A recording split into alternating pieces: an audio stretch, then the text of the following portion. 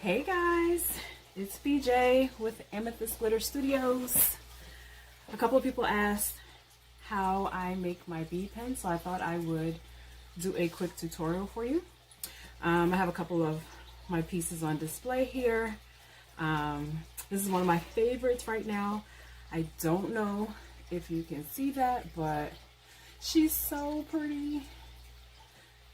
So today I'm going to show you how to make a piece that's very similar to this. You can't really see this all that well, but I have most of my beads and things organized in these art bins. I'll try to show them all to you. More beads. I have cases of these, by the way. Cases and cases and cases of different types of beads. And so, oh wait, I didn't show you these guys. These are some of my favorite beads. So really quickly, I just want to talk about beads. As you can see, the pens hold a different variety of shapes and sizes of beads. And part of the fun of putting the pens together is kind of playing around with different symmetry, different shapes, and different sizes to see what's visually appealing to you. So first I'll talk about the mechanics of the pen. So you have the bottom of the pen, then you have the shaft. If you look at the shaft closely, I hope my camera is picking that up. There's a shorter end and then there's a longer end. You want to take the shorter end and place that on the inside of the barrel. You want to screw that until it doesn't screw any further. And now, just that quick, you're ready to begin putting your pen together. The way the pen works is it twists from the bottom. Can you see that? Pin out, pin up, pin out, pin up. So you twist from the bottom. We have our rod secured on the inside. Now we can move to beads. As you can see, these are metal beads. This here is glass, that's glass. These are Swarovski crystals. Why can't I speak? These are check glass beads. Same thing, this one's glass, that one's glass. So you can use a variety of materials. Now, when it comes to beads, I want to show you some really quick. Okay. You can't really do, I wouldn't recommend doing this with glass beads, but with some of your plastic beads that aren't glass or aren't ceramic, that aren't going to break on you, that are more plastic based. If you find a bead that you really like, but the hole is too small, you can actually take a drill and widen that hole. I've done it on so many beads. I don't have my drill bits anywhere near right now. I have no idea where they are.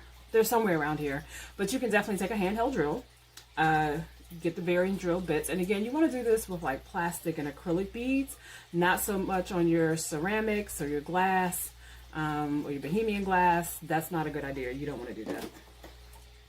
So that's the quick tip that you can use, because I know sometimes people are like, well, where do you get beads with the proper hole size? It's difficult. I'm not gonna lie. You have to do lots of searching, lots and lots of searching. So okay, let's get started, or get back to where we were. So now I'm going to go ahead and begin stacking my beads. So sometimes I have a vision in mind, not really sure how it's going to come out, but I think I know how I want it to look, and so I start fooling around. So we'll put this bead on first. Then I'm going to put this guy on. And the whole time I'm having to watch how much space I have, because it can only hold but so many beads, and sometimes to make it visually pleasing, you need a certain symmetry to it. And sometimes you can pull it off, and sometimes you can't. But the good news is, as you'll see in a moment here, I'm going to put that on, is at the top, the longer end. You have some wiggle room here. Let me take this off for a second. So you have this whole section, which means that this top will screw all the way down to here, or it can screw to here, or it can screw to here. So you have a little bit of wiggle room at the top in order to kind of play around. I like the way that that looks. So now I'm going to place my cap on like so. And now my bead pen is put together. What I like to tell my customers, I like to show my customers how to actually use the pen, like so. Because what will happen is if you don't show them how to use the pen, they are innately going to want to do this to try to get the tip down. And what that's going to do is it's going to unscrew the top and could have all your beads come off. Now, I know some people who make these who super glue their top before they put it on so that the beads cannot come off and so that the client can't unscrew the top. That's an option, but one of the things I like is I have some clients who they'll buy different bead sets for me for the same pen. Like, this is great, but what if one day you're feeling a little bit different and you want it to look differently? Then you can unscrew, take the beads off, and put them back on. So it's really a personal preference. It's really up to you how you like to do yours. And so that's a really quick and dirty. I hope I covered the basics. Oh, in terms of the beads, because people are like, where do you get your beads from? Where do you get your beads from? I'm going to try to do this from memory. These were Michael's, Joann's, Hobby Lobby Michael's, and then my Swarovskis come from a supplier that I have for those. So most of these beads actually came from either Michael's, Joann's, or Hobby Lobby. When I first started doing these, which was actually several years ago actually now, Jesse James beads was really popular, and Joann used to carry a wonderful plethora of the varying beads, and so I used to buy them all the time, and then I would take them apart and, like I said, put them in my container so that I kind of know where everything is. So I hope this gives you enough to get started. Please, please, please, you can check me out at my Etsy store, Amethyst Glitter Art.